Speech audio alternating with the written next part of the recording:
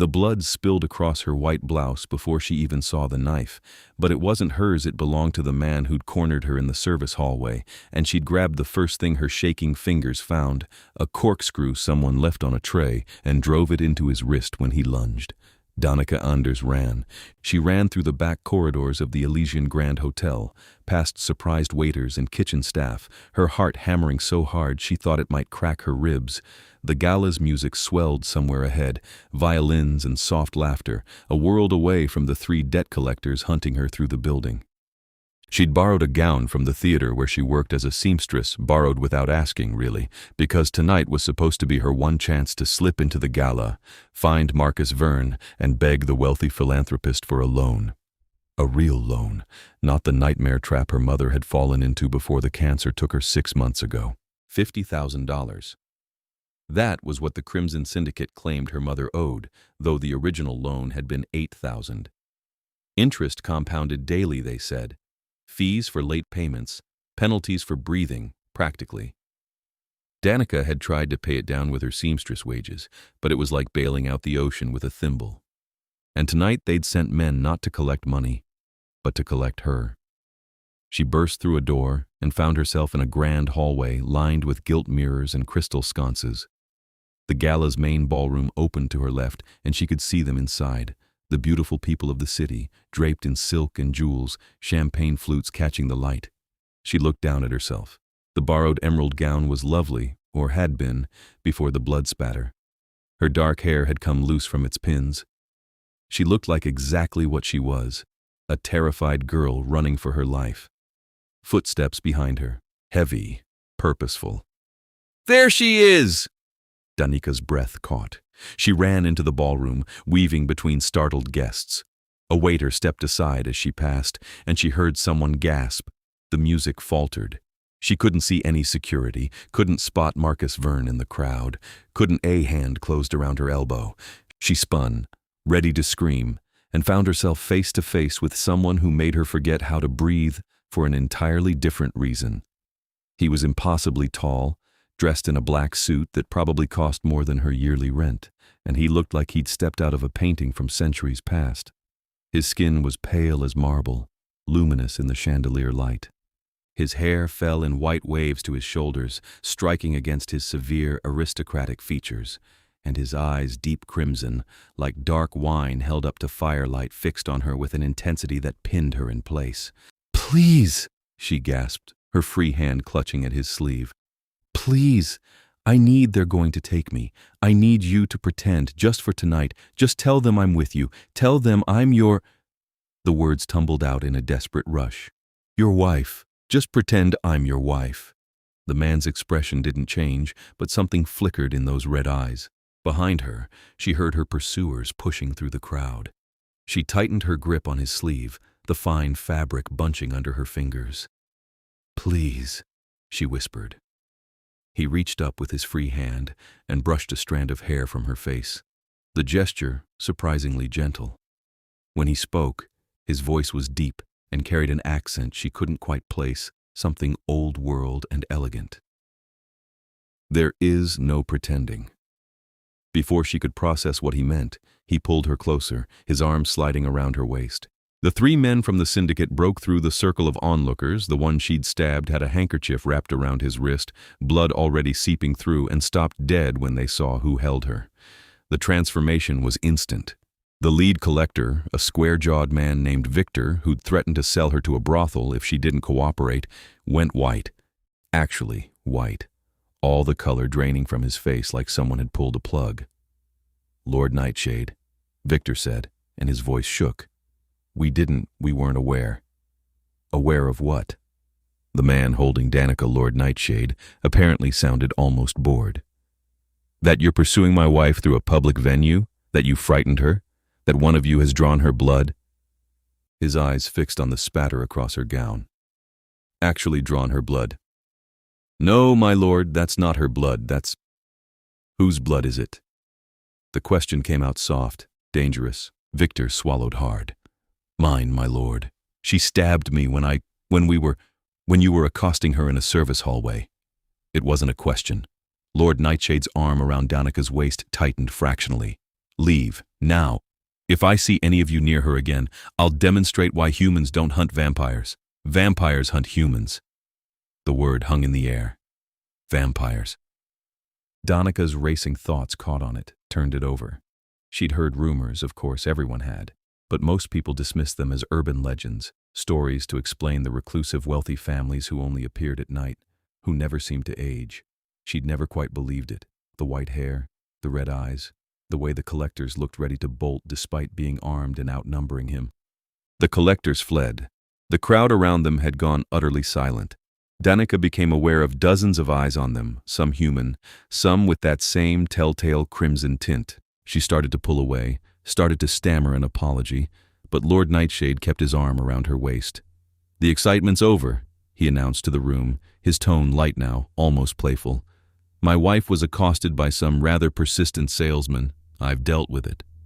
He glanced down at her, and she saw something warm in his expression, something that didn't match the dangerous creature who'd just threatened her pursuers. "Darling, you're trembling. Let's get you cleaned up." He guided her through the parting crowd, and Danika went because her legs were shaking too hard to do anything else. They left the ballroom through a side door, and he led her down a quieter hallway to what looked like a private sitting room. As soon as the door closed behind them, she stumbled to the nearest chair and sank into it. "I'm sorry," she managed. I didn't know you were—" She gestured vaguely at him, at all of him. "That. I just needed someone intimidating, and you looked intimidating." He crossed to a sideboard and poured something amber into a crystal glass. "I'll take that as a compliment." He brought her the glass. "Drink, it'll help with the shock." She took it with shaking hands and sipped. Whiskey, smooth and expensive, burning warmth down her throat. He watched her with those unsettling red eyes, and she noticed he cast a shadow in the lamplight, which seemed wrong somehow. Weren't vampires supposed to be shadowless? Or was that another myth? "Why did you help me?" she asked. He settled into the chair across from her, moving with a fluid grace that made her think of predators. "I've been watching you." Her stomach dropped. "What?" "For the past week. You come to the service entrance every evening before your shift at the Orpheum Theater. You bring scraps from your lunch and feed the stray cats in the alley." He leaned back, completely at ease. "Last Tuesday you gave your coat to a homeless woman even though it was freezing. Wednesday, you stopped a pickpocket from robbing a tourist, grabbed his wrist and threatened to scream until he dropped the wallet. Thursday."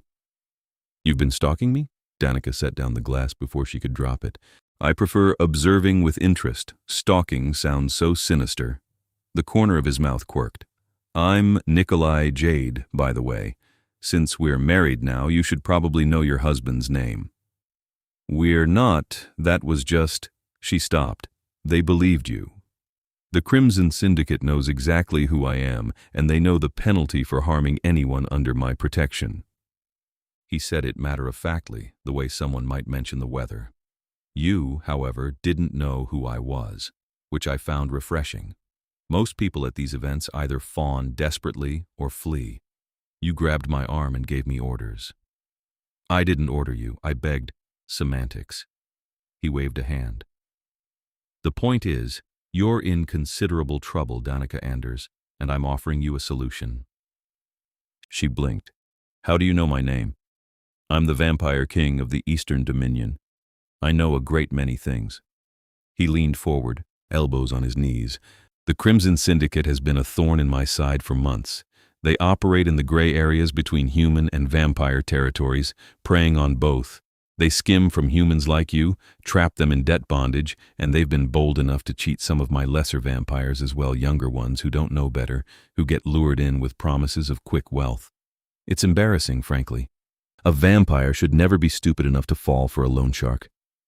My mother wasn't stupid," Danika said sharply. "She was desperate. The hospital bills—" "I know," his voice gentled. "Cancer. The syndicate sent someone to the hospital posing as a financial counselor. They target the desperate by design. I'm not blaming you or your mother. I'm blaming the parasites who profit from suffering." She studied him, this impossible creature who claimed to be a king, who'd watched her feed stray cats and decided to intervene. "What do you want from me?" Information. Cooperation. He counted on his fingers. And for you to continue being my wife, at least in public. Why? Because I announced it in front of half the vampire and human elite of this city. To take it back now would make me look foolish, and I don't do foolish. He smiled, and it transformed his face from coldly beautiful to something warmer, more human. Also because you need protection, and I find you fascinating. I haven't been fascinated in decades. It's a nice change. Danika's head spun. An hour ago, her biggest problem was sneaking into a gala. Now she was sitting in a room with the Vampire King, discussing a fake marriage. What do you mean? Information and cooperation. You know how the syndicate operates from the inside. You've been dealing with them for months. You know their collectors, their tactics, possibly their network of victims. I know their leadership and their territories. Together, we can dismantle them. He stood and crossed to a window, pulling aside the heavy curtain to reveal the city lights below. As my acknowledged consort, you have the protection of the vampire court. They can't touch you without declaring war on me, which they're not stupid enough to do. But you'll need to play the part convincingly. Live in my residence, appear at court functions, let everyone believe the marriage is real. Why not just pay them off? You're obviously wealthy. He turned back to her, and his expression was serious now. Because that solves your problem and leaves 1,000 others to suffer. The syndicate won't stop with you. They'll find new victims, trap new desperate people. I want them gone. Completely. And I can't do it alone. I need someone who understands their operation from the ground level, someone they've already underestimated. Danika thought of Victor's threats, the brothel he'd mentioned, the way the other collectors had laughed when she'd tried to explain she didn't have the money. She thought of the families she'd seen in the syndicate's waiting room, the hollow-eyed parents and hungry children. If I agree, she said slowly, and we somehow manage to take down the syndicate, what happens to me after? You'll announce a divorce and I'll go back to my life? Something flickered across Nikolai's face, too quick to read. If that's what you want. I don't know what I want. I just want to stop running. She stood, her legs steadier now. I want them gone. Her voice broke. I want my mother's debt to mean something, to not just be one more horror story people whisper about.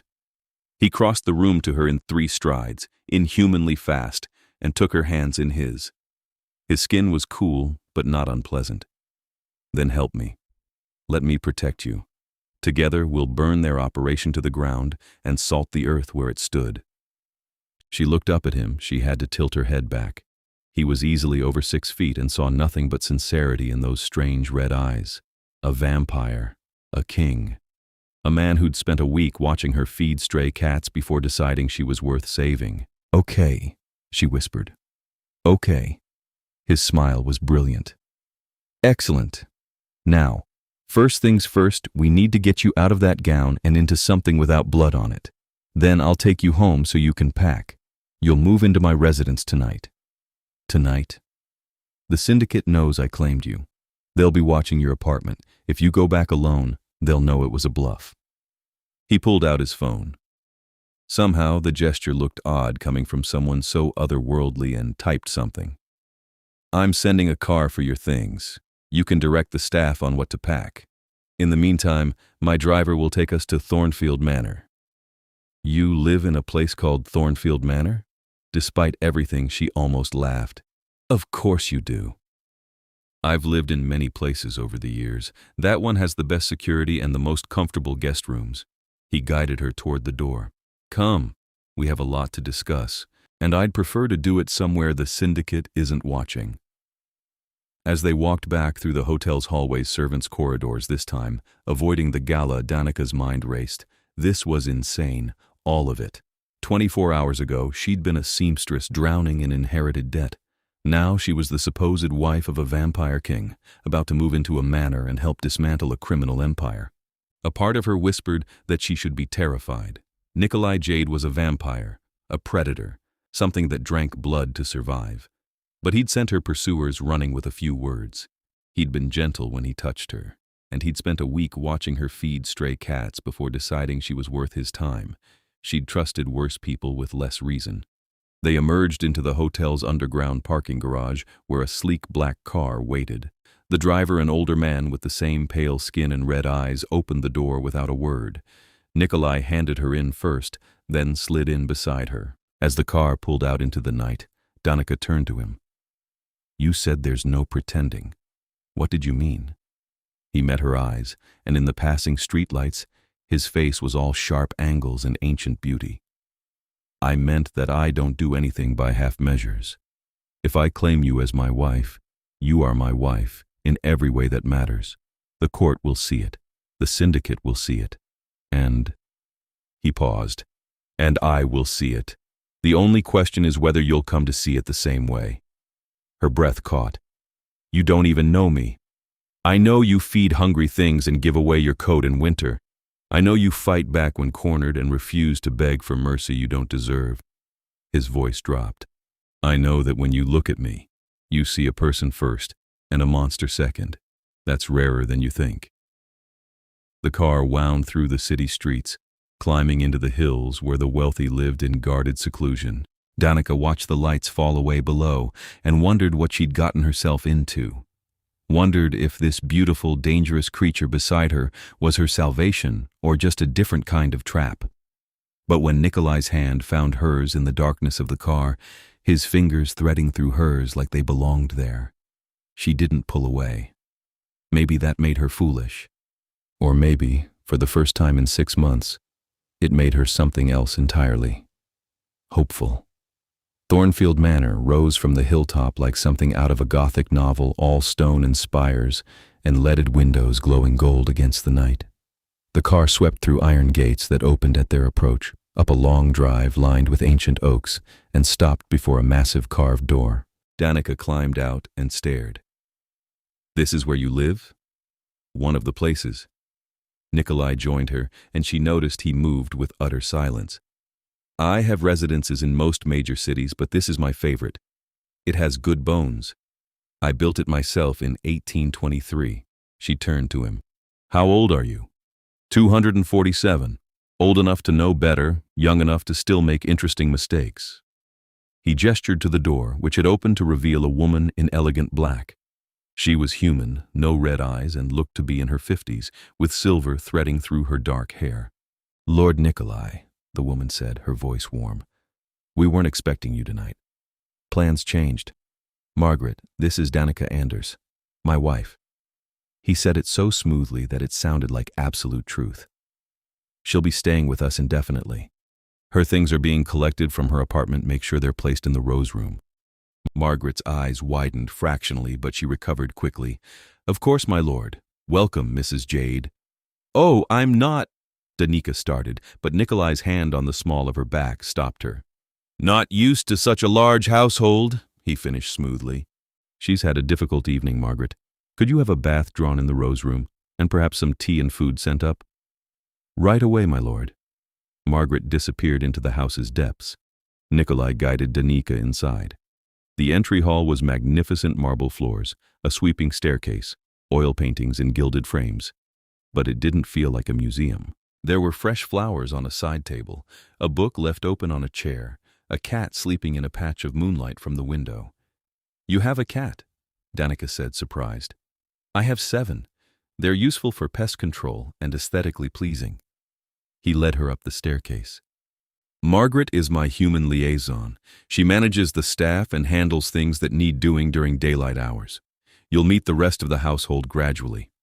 Most of them are human, a few are vampires. All of them are trustworthy and under strict orders to keep you safe." The Rose Room was on the 2nd floor, a spacious suite decorated in shades of cream and blush. A 4-poster bed dominated one wall, and French doors opened onto a balcony overlooking the gardens. It was easily 5 times the size of Danika's studio apartment. "Your room adjoins mine," Nikolai said, gesturing to a connecting door. "For appearances, and so I'll know if anyone tries to harm you during the night." "Do you sleep in a coffin?" The question popped out before she could stop it. He laughed, a genuine sound that made him seem younger. "No. I have a very comfortable bed, blackout curtains, and a white noise machine. Vampires need sleep just like anyone else. We're simply nocturnal by necessity, not preference. Sunlight is deadly for us, so we've adapted our schedules accordingly. Margaret appeared with 2 young women in tow, carrying towels and a tea service.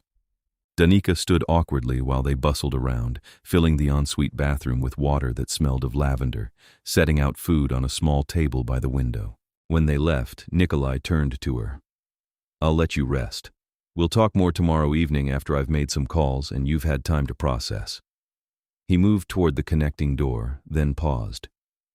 "Danika, you're safe here. I give you my word." "Why?" she had to ask. "Why does my safety matter to you? You don't know me." He was quiet for a moment, and in the lamplight, his face was unreadable. When you live as long as I have, you learn to recognize something precious when you see it, and you learn not to waste time with pretending.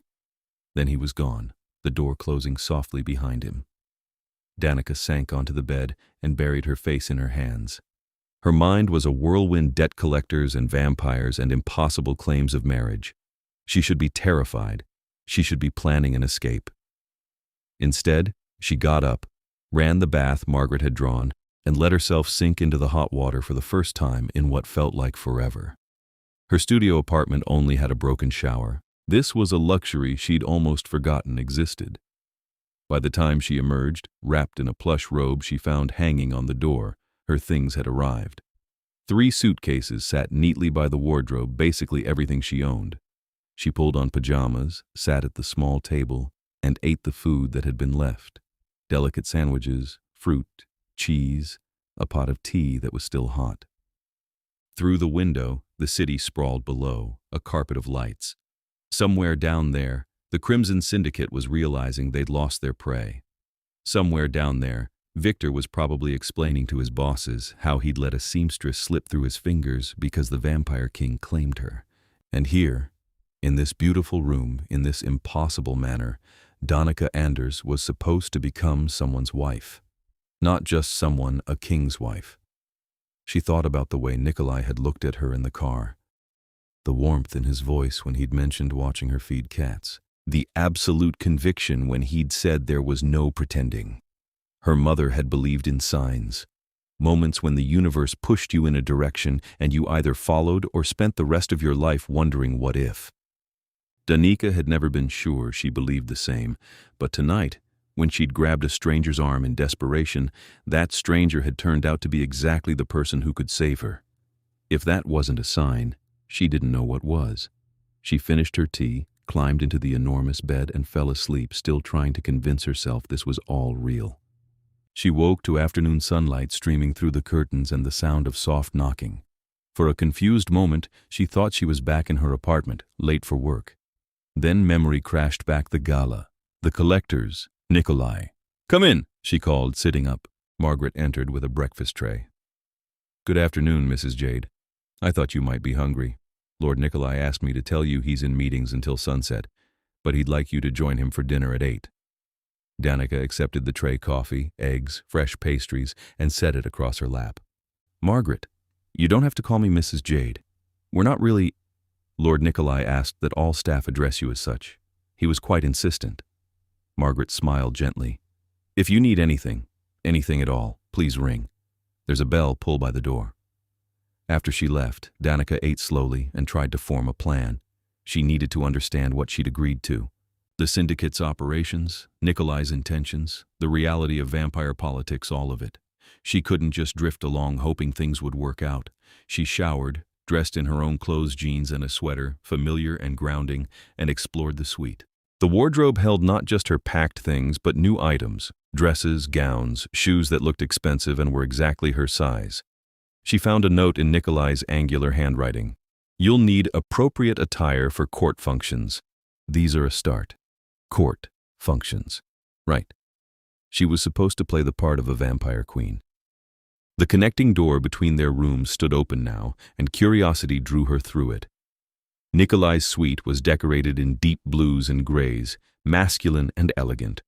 Bookshelves lined one wall, crammed with volumes in multiple languages. His bed was made, the blackout curtains drawn back to reveal the daylight he couldn't tolerate. She found herself drawn to the books. History, philosophy, poetry volumes that spanned centuries. One shelf held what looked like journals, leather-bound and worn. She didn't touch those. Some boundaries mattered, even in this strange situation. A photo on his desk caught her eye. It showed a group of vampires she could tell by their pale skin and red eyes dressed in formal attire from what looked like the 1920s. Nikolai stood at the center, looking exactly as he did now. Ageless. The others were smiling, glasses raised in a toast. She wondered how many of them were still alive. Finding anything interesting? She spun around. Nikolai stood in the doorway, and despite Margaret's assurance that he was in meetings until sunset, here he was. He wore dark slacks and a partially unbuttoned shirt, his white hair loose around his shoulders. He looked more relaxed than he had at the gala, and somehow more dangerous for it. "I thought you had meetings until sunset," she said. "I do. I'm taking them by phone from here. I didn't want you to feel abandoned on your first day." He crossed to his desk and picked up the photo she'd been examining. That was taken at the signing of the Treaty of Territories, the agreement that divided this region between vampire houses and established our relationship with the human government.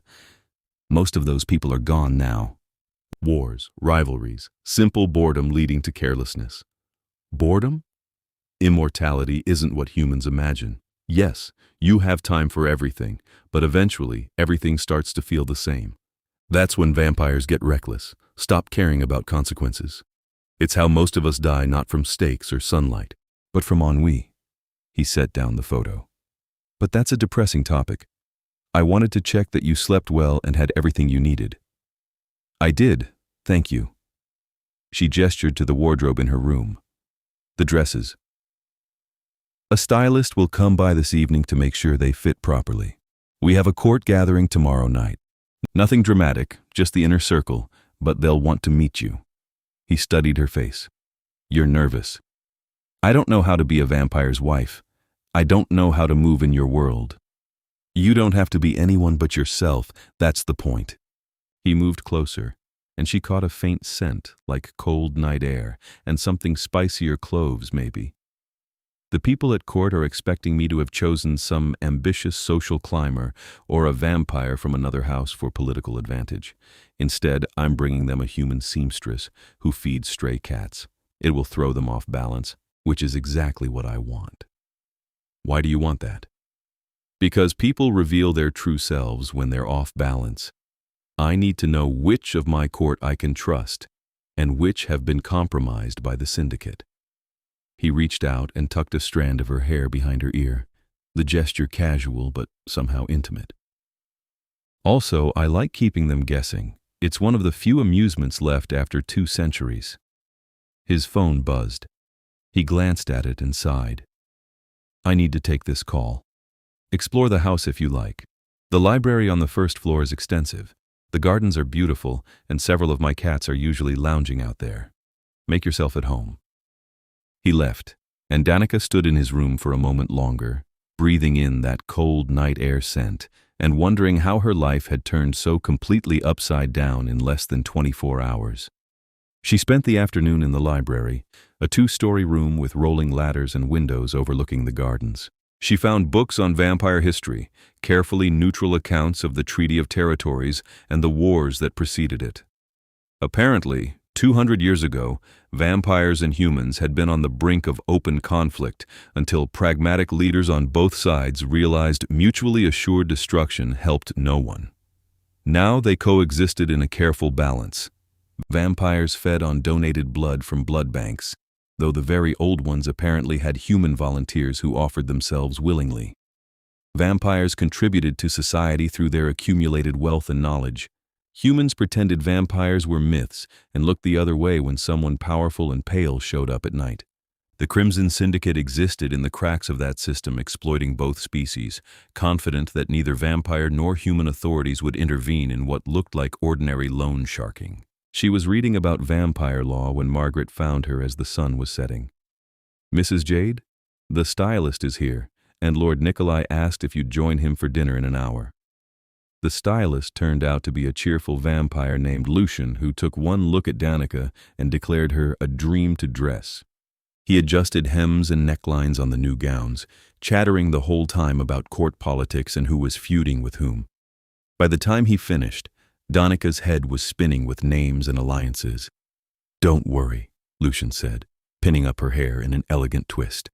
"Lord Nikolai is notoriously protective of what's his. Anyone who even thinks about causing you trouble will find themselves on the wrong end of his temper. And trust me, darling, that's not somewhere you want to be." At 8, Danika made her way to the dining room, wearing one of the new dresses, a simple but elegant burgundy sheath that Lucian had insisted brought out the warmth in her skin. She found Nikolai waiting, the table set for 2. He stood when she entered, and his eyes traveled over her in a way that made her acutely aware of every inch of exposed skin. "You look lovely." "Lucian's work, not mine." "Lucian has good material to work with." He held out a chair for her, and she sat, feeling awkward. This felt like a date. It shouldn't feel like a date. It was a strategic dinner between allies, but the way he looked at her made her heart race. Dinner was served by silent staff, multiple courses, each more elaborate than the last. Danika noticed that Nikolai ate normally, which surprised her. "You thought I only drank blood?" he asked, catching her expression. "I don't know what I thought. We need blood to survive, but we can eat regular food as well.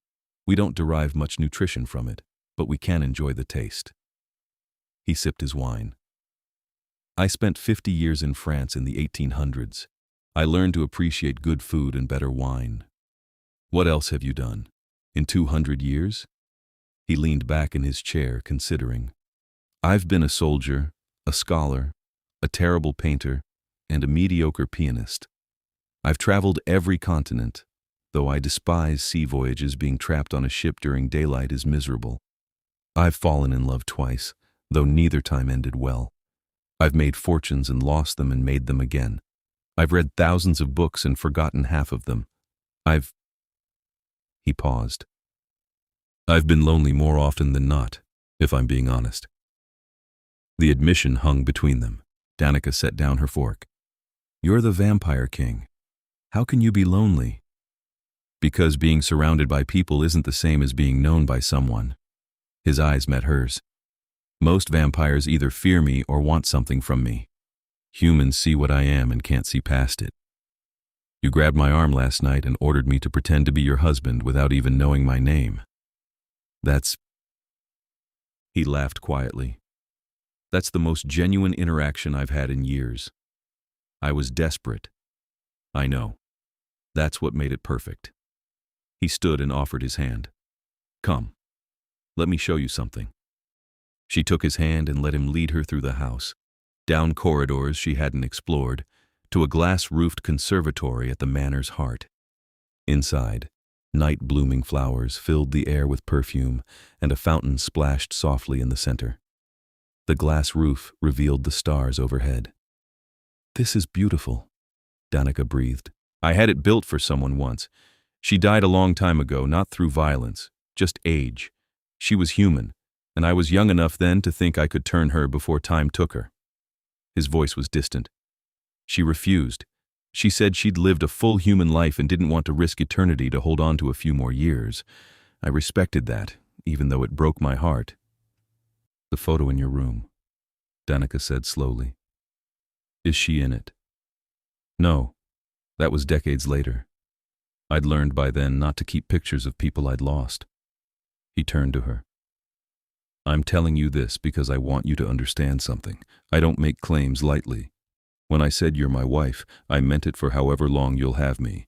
And when this business with the syndicate is finished, if you want to walk away, I'll let you go, but I'll never regret the time we have." Her breath caught. "You barely know me. I know enough. I know you're brave and kind and stubborn. I know you've been carrying impossible weight and you haven't let it crush you. I know that when you look at me, you see a person."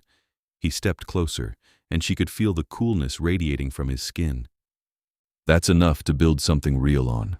The rest, the knowing each other's favorite colors and childhood stories and all the small things we can learn as we go." What if I disappoint you? What if you don't? He cupped her face gently.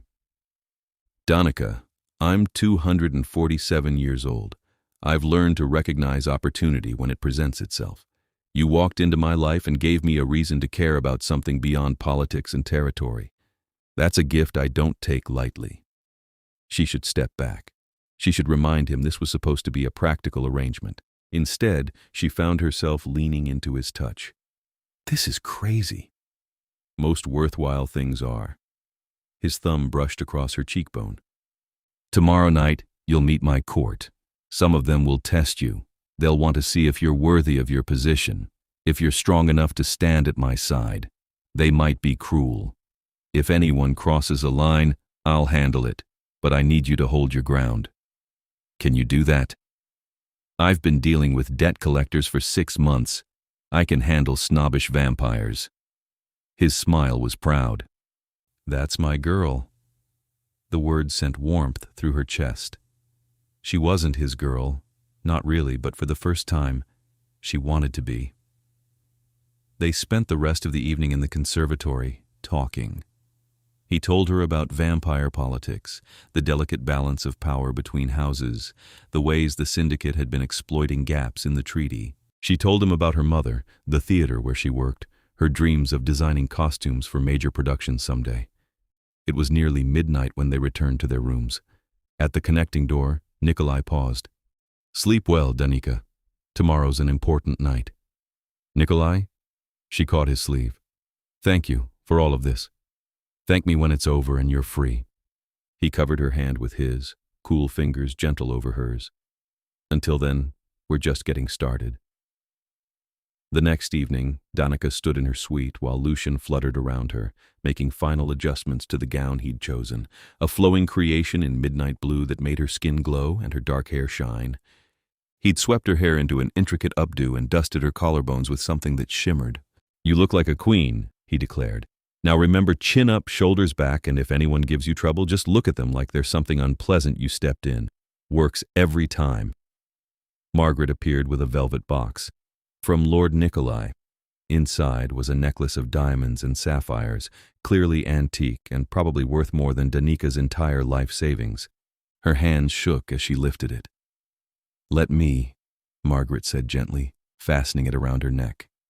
The weight of it settled against her throat, cold and heavy. You'll do beautifully, dear. Lord Nikolai chose well. Danika met her own eyes in the mirror. She looked like someone else, someone elegant and composed, someone who belonged in a vampire's world. But her eyes were still her own, still the same brown-eyed seamstress who fed stray cats. She could do this. Nikolai was waiting at the bottom of the grand staircase, dressed in formal black that made him look even more otherworldly. His white hair was pulled back, and his red eyes tracked her descent with unmistakable hunger. You're stunning, he said when she reached him. I'm terrified. Good. Fear keeps you sharp. He offered his arm. The court is gathering in the ballroom. We'll make an entrance together. Let them see you at my side, confident and unbowed. That will tell them everything they need to know. The ballroom was on the manor's west wing, a vast space lit by crystal chandeliers. As they approached, Danika heard voices and music, a string quartet playing something classical. Her heart hammered. The doors opened and a voice announced, Lord Nikolai Jade, Vampire King of the Eastern Dominion, and Lady Danika Anders Jade. The room fell silent. Danika lifted her chin and walked in on Nikolai's arm, her steps steady despite her racing pulse. The assembled vampires, dozens of them, all pale and beautiful and ancient, turned to stare. Nikolai led her to a raised dais at the room's far end, where 2 chairs waited like thrones. He handed her into one, then took his place beside her. From this vantage, Danika could see the entire court. Vampires in elegant attire, a few humans among them, consorts or servants, she guessed, and the weight of hundreds of years of experience and power pressing down on her. My friends, Nikolai said, his voice carrying easily over the space. I've gathered you tonight to introduce my wife Danika. Some of you have heard rumors. Let me confirm them. She is human, she is mine, and she is under my absolute protection. I trust you'll welcome her appropriately. A vampire stepped forward from the crowd, a tall woman with silver hair and eyes like frozen rubies. "My lord, forgive my bluntness, but this is highly unusual. You've taken a human bride without consulting the court, without negotiation or alliance. What are we to make of this?" "You're to make nothing of it, Serafina." Nikolai's tone didn't change, but something in it made the woman flinch. "My personal life is not subject to court approval." "But she's human!" another vampire called out, younger, male. "How can she possibly—" "Careful, Adrian." Nikolai leaned forward slightly. "Finish that sentence and I'll take it as an insult to my wife. You won't enjoy the consequences." Adrian shut his mouth with an audible click. Danika's heart raced, but she kept her face composed. This was a test. All of it the questions, the challenges. They wanted to see if she'd crack. She stood, and Nikolai's eyes snapped to her. She gave him a small smile, then addressed the room. "I understand this is unusual. I'm not a vampire. I'm not from your world, and I'm sure many of you think I don't belong here. That's fair, but I'm not going anywhere." She kept her voice steady. "I'm Nikolai's wife, and I'll stand beside him in whatever capacity he needs. If that makes some of you uncomfortable, I suggest you get comfortable with discomfort." A ripple of surprise went through the room. Then, unexpectedly, someone laughed, a vampire near the back, stocky and grinning. "I like her. She's got spine." Others murmured agreement. Not everyone. Serafina still looked pinched, and Adrian glowered, but enough to ease the tension. Nikolai stood and took Danika's hand, bringing it to his lips in a gesture that felt both formal and intimate. "Well said." To the court, he added, "Now, I believe there's dancing and refreshment. Enjoy yourselves. My wife and I will circulate shortly." The music resumed, and conversations started up. Nikolai drew Danika back to their seats. "That was perfect," he murmured. "You didn't apologize, didn't plead. You matched them. I can't tell if I'm shaking from adrenaline or terror." "Both, probably." His thumb traced circles on her palm. "A few of them will approach to pay respects. Be polite but not deferential. You're their queen now, at least in title. Act like it."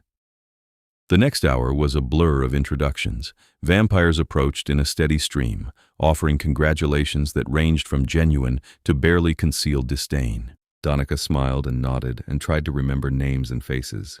The stocky vampire who'd laughed turned out to be named Dorian, and he was refreshingly straightforward. "You've got guts, girl. Half these idiots are terrified Nikolai will turn them to ash for looking at you wrong. The other half are trying to figure out how to use you against him. Watch your back." "Noted. Which half are you?" He grinned. "The half that's bored and likes chaos. You're going to shake things up. I approve." Serafina approached later, her smile cold. "Lady Danika, how quaint that you've captured our king's attention. I do hope you're prepared for the realities of our world. It can be so very harsh for humans." "I'm from the human world," Danika replied evenly. "It's plenty harsh on its own. I'll manage." "Will you?"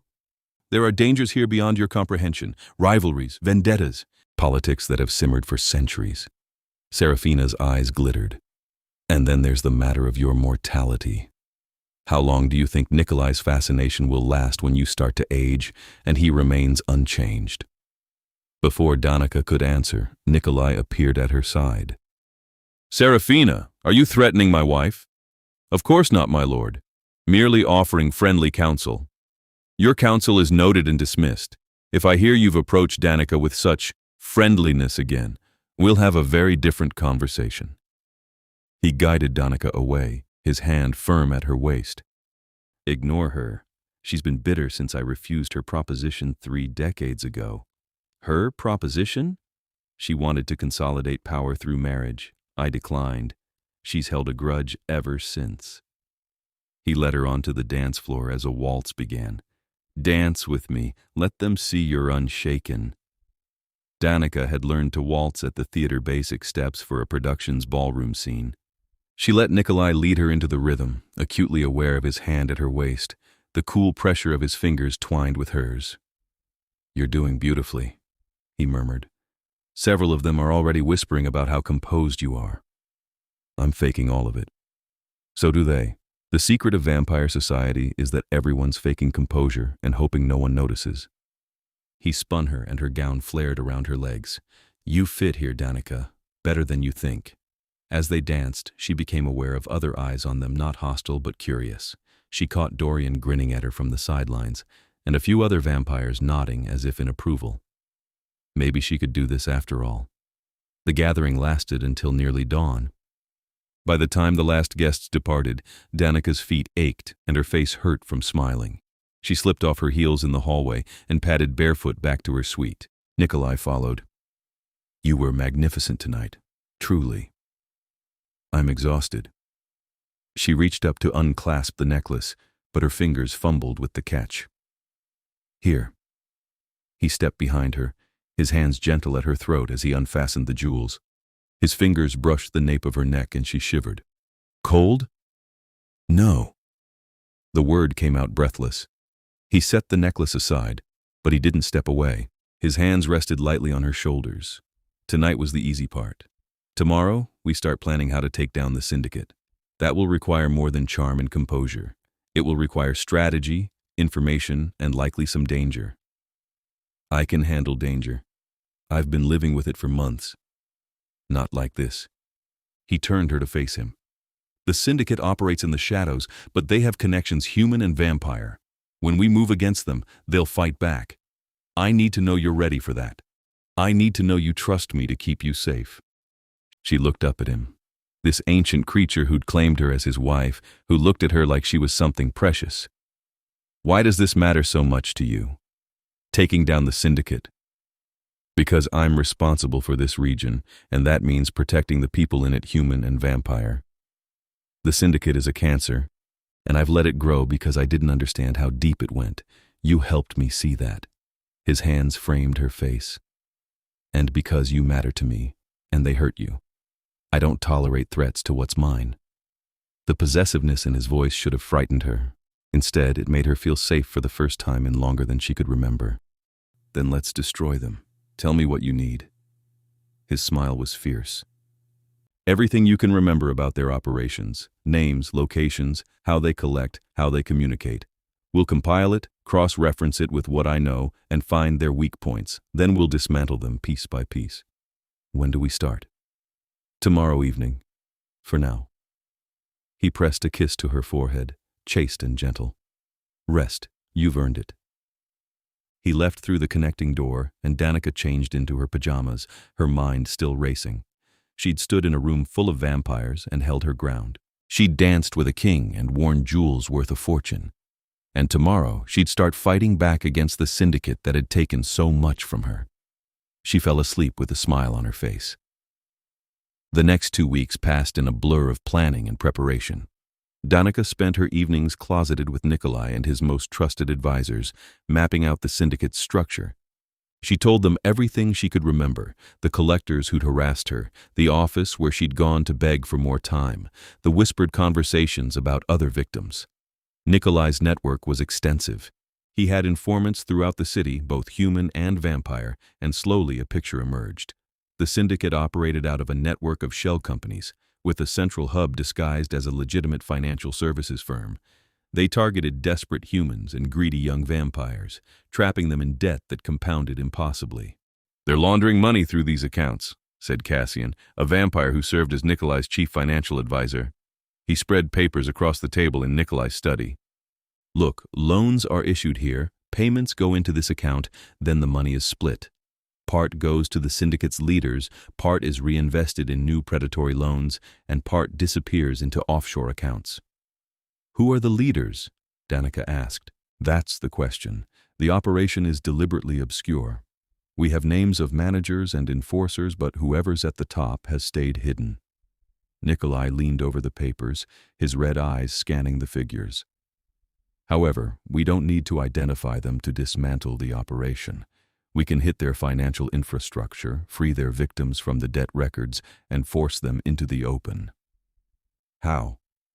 Danika traced the web of shell companies with one finger.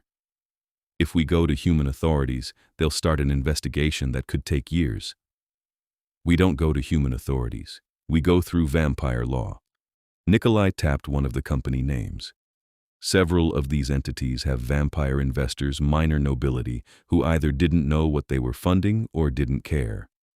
Under the Treaty of Territories, predatory operations that target both humans and vampires fall under joint jurisdiction. I can convene a tribunal, present evidence, and force an audit. That will freeze the syndicate's accounts and give us access to their records. Won't that warn them we're coming? Yes, which is why we'll move quickly once it starts. Freeze the accounts, seize the records, and dispatch enforcement teams to secure their physical locations all within a single night. He looked up at her. I'll need you there. You're the one who can identify their victims from the inside, verify which debts are fraudulent. Your testimony as my consort will carry weight in the tribunal. The thought of facing the syndicate again, even with Nikolai's protection, made her stomach clench. But she nodded. I'll do it. Cassian glanced between them. My lord, if I may, Lady Danika's testimony will indeed be valuable, but placing her directly in harm's way will be my decision and hers, Nikolai said firmly. The syndicate knows she's under my protection now. They won't dare touch her, and she has every right to face them after what they put her through. Danika met his eyes and saw the question there. Are you sure? She answered it with a small nod. She was sure. Over those 2 weeks, something else shifted between them. The pretense fell away, bit by bit, until Danika couldn't remember when it had stopped feeling like an act. Nikolai was attentive and protective, but never suffocating. He made her laugh with dry observations about court politics. He listened when she talked about her mother, about her grief and anger. He took her to feed the stray cats behind the Orpheum Theater, standing patiently in the alley while she doled out food and coaxed the shyest ones closer.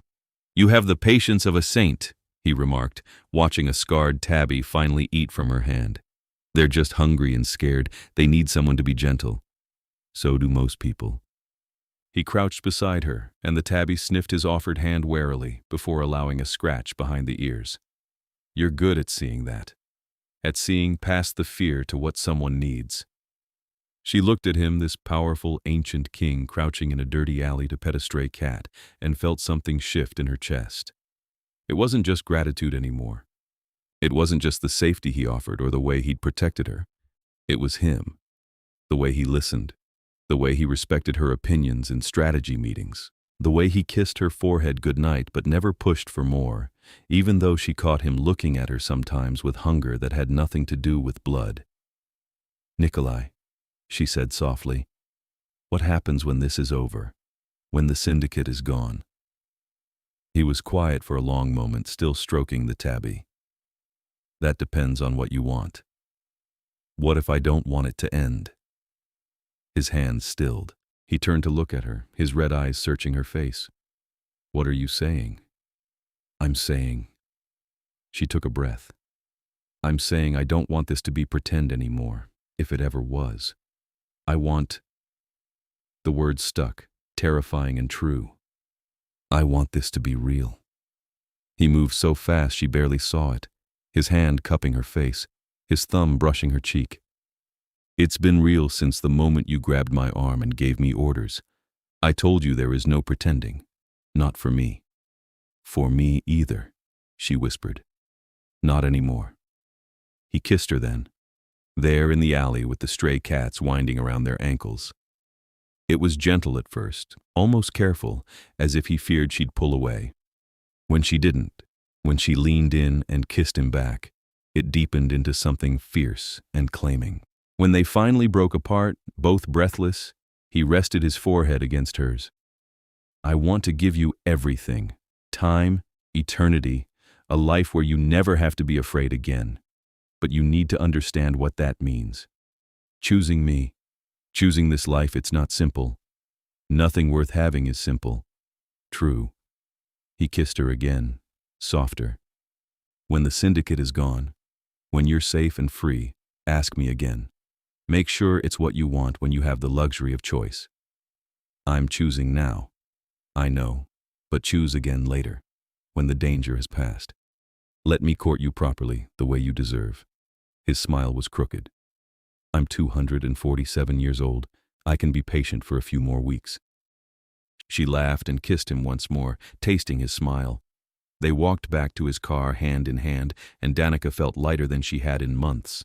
The syndicate still loomed, the tribunal still waited, but for the first time, she had something to fight for beyond survival. She had a future. With him. The tribunal convened on a cold night, 3 weeks after Danika had stumbled into Nikolai's life. It was held in a courthouse that served joint vampire-human jurisdiction, a stone building downtown that looked ordinary from the outside but thrummed with old power inside. Danika wore a severe black suit that Lucian had selected, her hair pulled back in a sleek bun. She looked like someone who belonged in a courtroom, someone whose testimony would carry weight. Nikolai walked beside her, devastating in formal black, his white hair a stark contrast against his suit. The courtroom itself was circular, with seats rising in tiers around a central floor. Human and vampire officials sat together, judges, lawyers, enforcement officers. The gallery was packed with observers, members of Nikolai's court, representatives from other vampire houses, human officials, and journalists from both communities. The syndicate's representatives sat in a defendant's box, 3 men in expensive suits, flanked by their own lawyers. Danika recognized none of them, which confirmed what she'd suspected. The people she'd dealt with were low-level enforcers. These were the ones who'd stayed hidden. The proceedings began with formal statements. Nikolai stood and presented evidence. Financial records seized through legal warrants, testimony from victims both human and vampire, documentation of the syndicate's shell companies and their fraudulent practices. Then it was Danika's turn. She took the witness stand, acutely aware of every eye on her. The lead judge, a vampire woman with iron-gray hair and ancient eyes, regarded her steadily. "Lady Danika Nightshade, please describe your experience with the Crimson Syndicate." Danika's voice shook at first, but it steadied as she spoke. She told them about her mother's cancer, the hospital's financial counselor who'd turned out to be a syndicate recruiter, the loan that had spiraled from $8,000 to $50,000. She described the collector's threats, the fear she'd lived with for months, the way the debt had consumed her life. "I tried to pay," she said. "I worked double shifts at the theater. I sold everything my mother left me except her wedding ring, but it was never enough. The interest kept building. They told me," her voice hardened, "they told me if I couldn't pay in cash, they'd find other ways for me to settle the debt. I knew what that meant. So I ran." The gallery was silent. One of the syndicate's lawyers stood. "Lady Nightshade, isn't it true that your mother signed a contract agreeing to these terms?" "She signed a contract agreeing to an $8,000 loan at 15% interest. The terms she signed didn't mention daily compounding or the dozens of fees they added. She was dying and desperate, and your clients preyed on that." "Allegedly preyed," the lawyer corrected. "No, actually preyed." Danika met the man's eyes. "I have copies of the original contract and the payment statements. The numbers don't match. It's fraud, plain and simple." Nikolai's lawyers entered the contracts into evidence. The judges reviewed them, and Danika watched their expressions darken. Whatever the syndicate had been counting on, connections, bribery, the opacity of their operations, it wasn't working. The evidence was too clear. Other victims testified. A young vampire who'd borrowed money to start a business and found himself trapped in debt that violated vampire law. A human couple who'd taken a loan to adopt a child and faced threats when they couldn't pay. A widow who'd borrowed for her husband's funeral and been harassed for 2 years. The pattern was undeniable. By the time the tribunal broke for deliberation, the syndicate's representatives looked visibly shaken. Their lawyers huddled in urgent conversation. Nikolai found Danika in a private antechamber. "You were perfect," he said, pulling her into his arms. Composed, clear, unshakable. "I wanted to scream at them." She pressed her face against his chest. Seeing them sit there in their expensive suits, acting like they're legitimate businessmen. They won't be sitting there much longer. He stroked her hair. "The tribunal will rule in our favor. I'd stake my crown on it. The question is what happens next, whether the syndicate's leaders will go quietly or try to fight back. What if they fight back? Then we'll be ready." He tilted her face up. "I have enforcement teams positioned at every syndicate location we've identified. The moment the tribunal issues its ruling, we move. We'll seize their records, freeze their assets, and arrest anyone who resists. It will be loud and public, which is the point. I want everyone, human and vampire, to see that this kind of predation won't be tolerated. And me? What do I do? You stay by my side, where I can keep you safe. His voice was firm. The most dangerous part is over, Danika. You've testified. You've given us what we needed. The rest is enforcement, and that's my responsibility. She wanted to argue, but she saw the set of his jaw and knew he wouldn't budge. He'd been protective before. Now, with the syndicate backed into a corner, he was immovable. The tribunal reconvened an hour later. The lead judge stood, her face grave. After reviewing the evidence and testimony presented, this tribunal finds the Crimson Syndicate and its associated entities guilty of predatory lending practices, fraud, and violations of the Treaty of Territories. Their assets are hereby frozen, their business licenses revoked, and their leadership subject to arrest and prosecution under joint jurisdiction. The gallery erupted in noise cheers from some quarters, shouts of outrage from others. The syndicate's lawyers were on their feet, objecting, but the judges ignored them. Nikolai stood. Enforcement teams, execute the warrants, secure all syndicate locations, and apprehend anyone who resists. What followed was organized chaos. Vampire and human enforcement officers flooded out of the courtroom, heading to predetermined locations across the city. Nikolai stayed at the courthouse, coordinating through his phone, and Danika watched as reports came in. The syndicate's main office secured, records seized, 3 managers arrested. But then one of Nikolai's enforcers burst into the room, his expression urgent. "My lord, we have a problem. The syndicate's leadership, they weren't at any of the locations we raided. We think they were tipped off." Nikolai's eyes went cold. Tipped off by whom? "We don't know yet, but—" The enforcer hesitated. "They sent a message. They want to negotiate." "Negotiate what?" "They'll surrender peacefully and release all victim records in exchange for safe passage out of the region. No prosecution." "Absolutely not." Nikolai's voice was flat. "They face justice, or they face me. There's no third option." "My lord, they also said—" The enforcer looked at Danika. "They said if we don't agree, they'll target Lady Danika. They have people watching the manor, watching her movements. They called it insurance." The room went utterly silent. Danika felt the blood drain from her face. Beside her, Nikolai went preternaturally still, the kind of stillness that preceded violence. When he spoke, his voice was soft and more terrifying for it. "They threatened my wife?" "Yes, my lord." "Then they've signed their own death warrants." He turned to Cassian. "Triple the guard at Thornfield Manor. I want surveillance on every approach. Danika doesn't leave my sight until this is resolved." "Nikolai," Danika started. "No," he cut her off. "This is not up for debate. They've threatened you directly, which means they're desperate and dangerous. I won't risk you. But if they're watching the manor, if they're planning something, then they'll find me waiting." His eyes blazed. "I am the Vampire King. They've forgotten what that means. I'll remind them." Over the next 24 hours, Nikolai transformed from the playful, charming man Danika had come to love into something older and far more dangerous. He coordinated a manhunt across the city, calling in favors from other vampire houses and human law enforcement alike. The message was clear: the syndicate's leaders had nowhere to hide. Danika stayed at Thornfield Manor, surrounded by guards. She hated the waiting, the feeling of helplessness. But every time she suggested helping, Nikolai shut her down. "You've done your part," he said, pacing the study like a caged predator. "You testified. You gave us the information we needed. Now let me do mine. I'm not fragile. I know you're not. But you're also not immortal, and you're not trained to fight vampires or hardened criminals. I am." He stopped pacing and looked at her. "Please, Danika, let me protect you. I can't." His voice cracked slightly. "I can't lose you. Not now." She crossed to him and took his hands. "You won't lose me. We'll end this together." "Together," he agreed. "But that means you trust me to keep you safe." She did trust him. So she stayed at the manor and waited, and tried not to think about what would happen if the syndicate made good on their threat. The break came on the second night.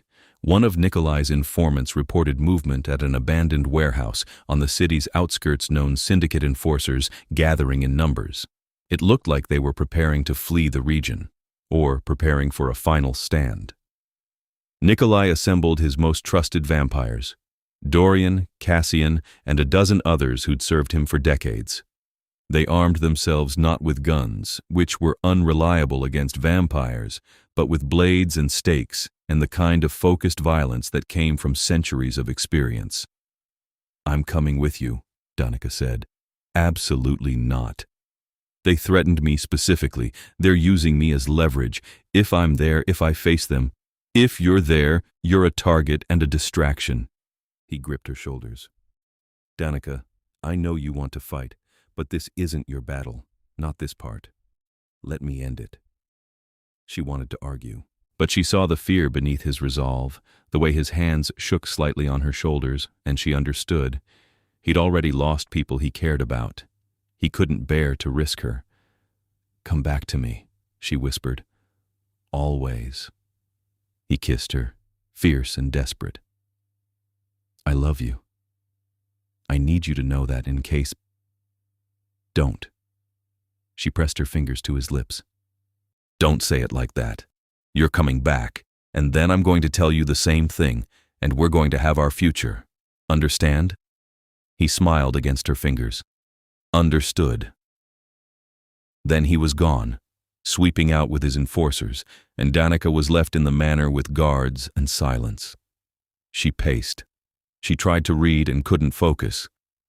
She sat in the conservatory among the night-blooming flowers and thought about her mother, about the debt that had started all of this, about the strange, impossible turn her life had taken. 3 hours later, Nikolai returned. He was covered in blood, none of it his, and moved with the weariness of someone who'd expended enormous effort. But he was alive, whole, and when he saw Danika waiting in the entry hall, his face transformed. "It's over," he said. "We found them at the warehouse. They tried to fight. It didn't go well for them. Are they dead, in custody, or fled beyond our borders? The ones in custody will face trial. The ones who fled are someone else's problem now, and they'll never dare return to my territory." He crossed to her and pulled her into his arms, heedless of the blood. "It's over, Danika. You're free. The debts are erased, the records destroyed. Every victim they trapped has been cleared." She buried her face against his chest and felt the tears come, relief and grief and exhaustion all tangled together. "My mother would be proud of you." He stroked her hair.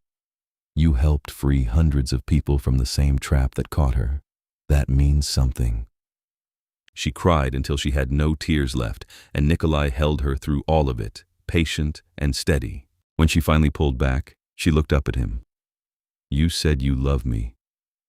"I do. Desperately. I love you too. I have for weeks, I think. Maybe longer." She cupped his face, heedless of the blood that smeared her hands. "You asked me to choose again when the danger passed.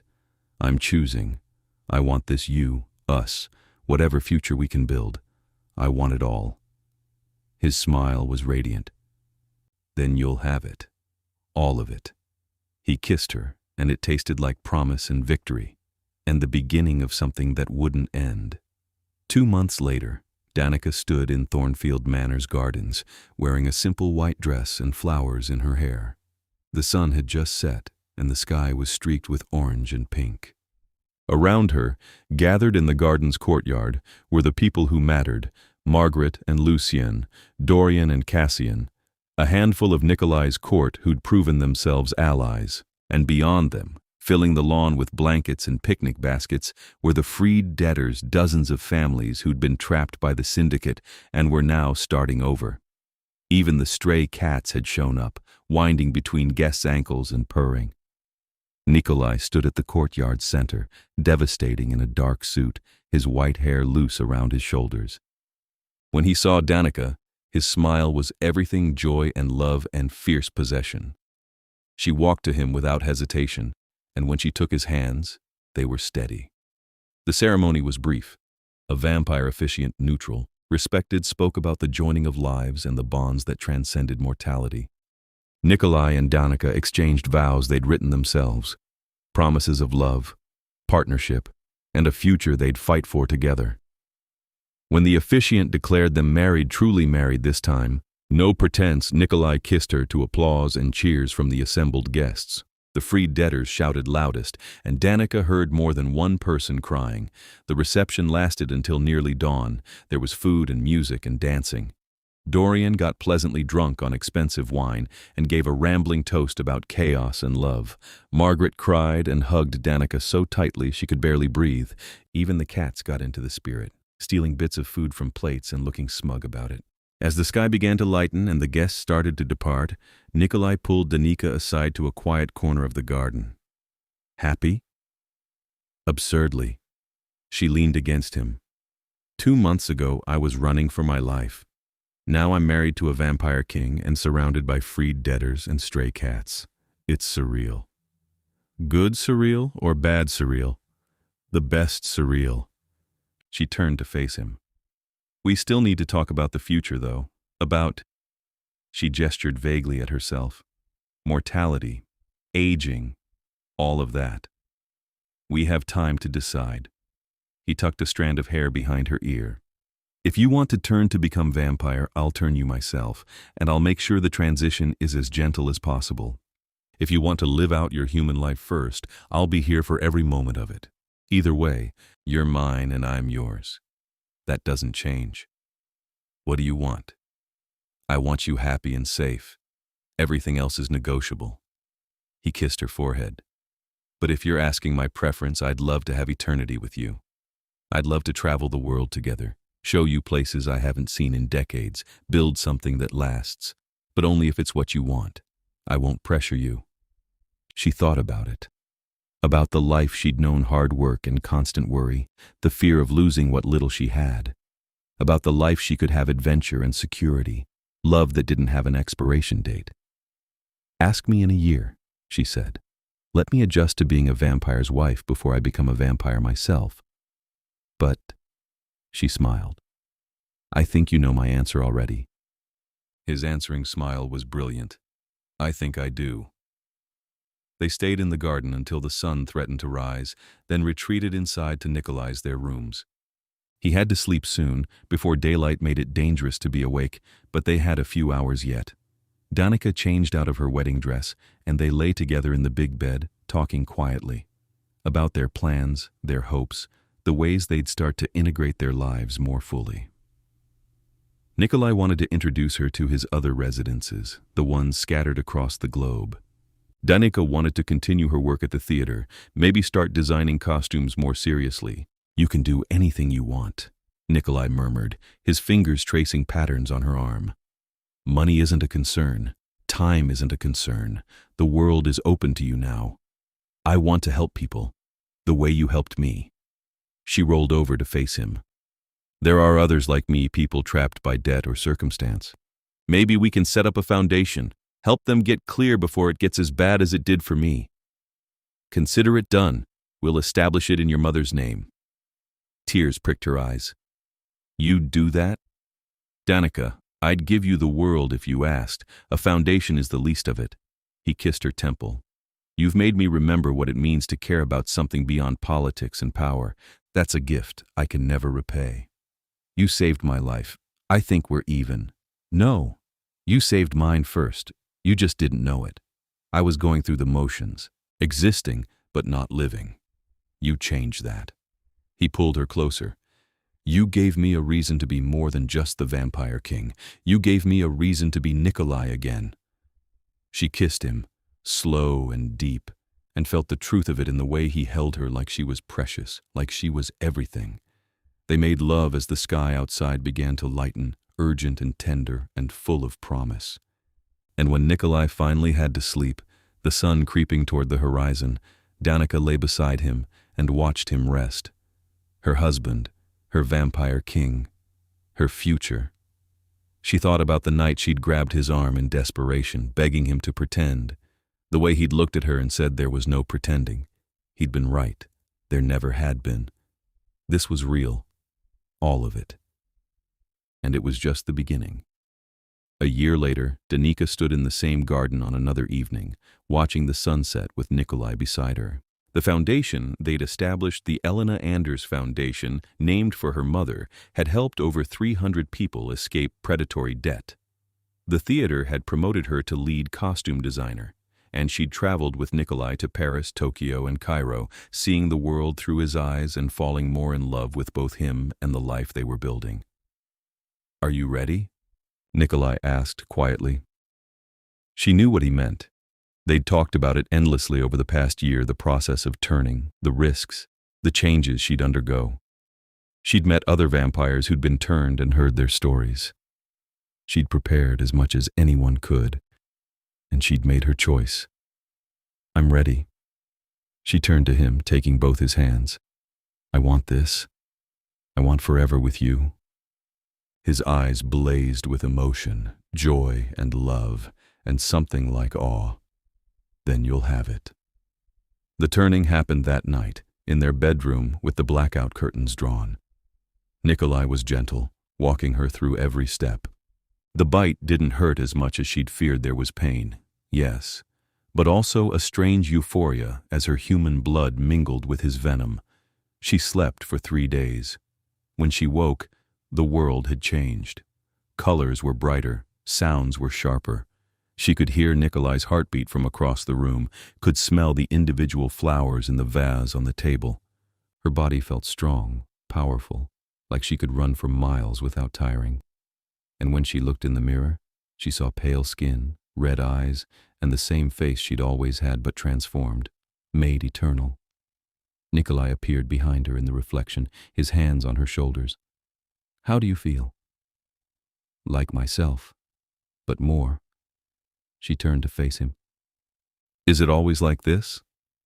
"The heightened senses fade slightly as you adjust, but yes.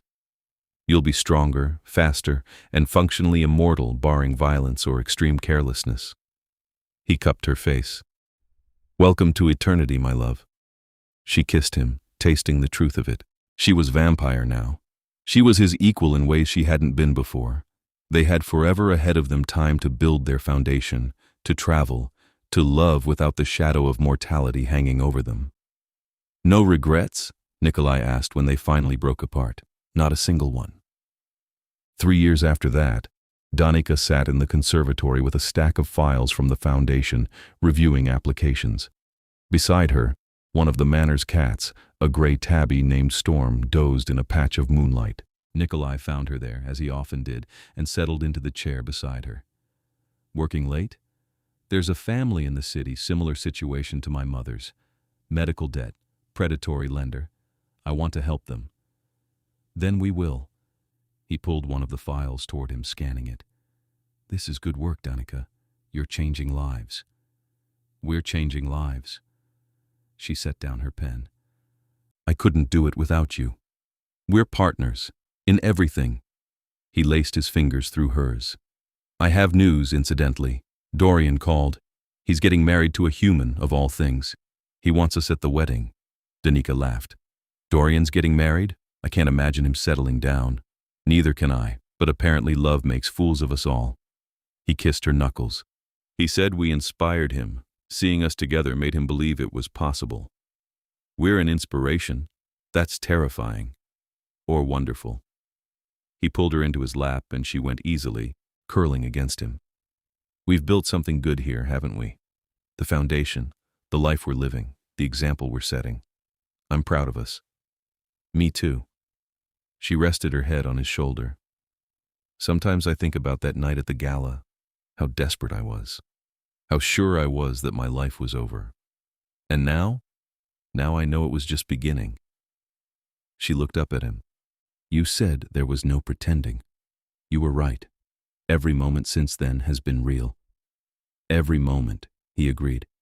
"And every moment ahead will be too."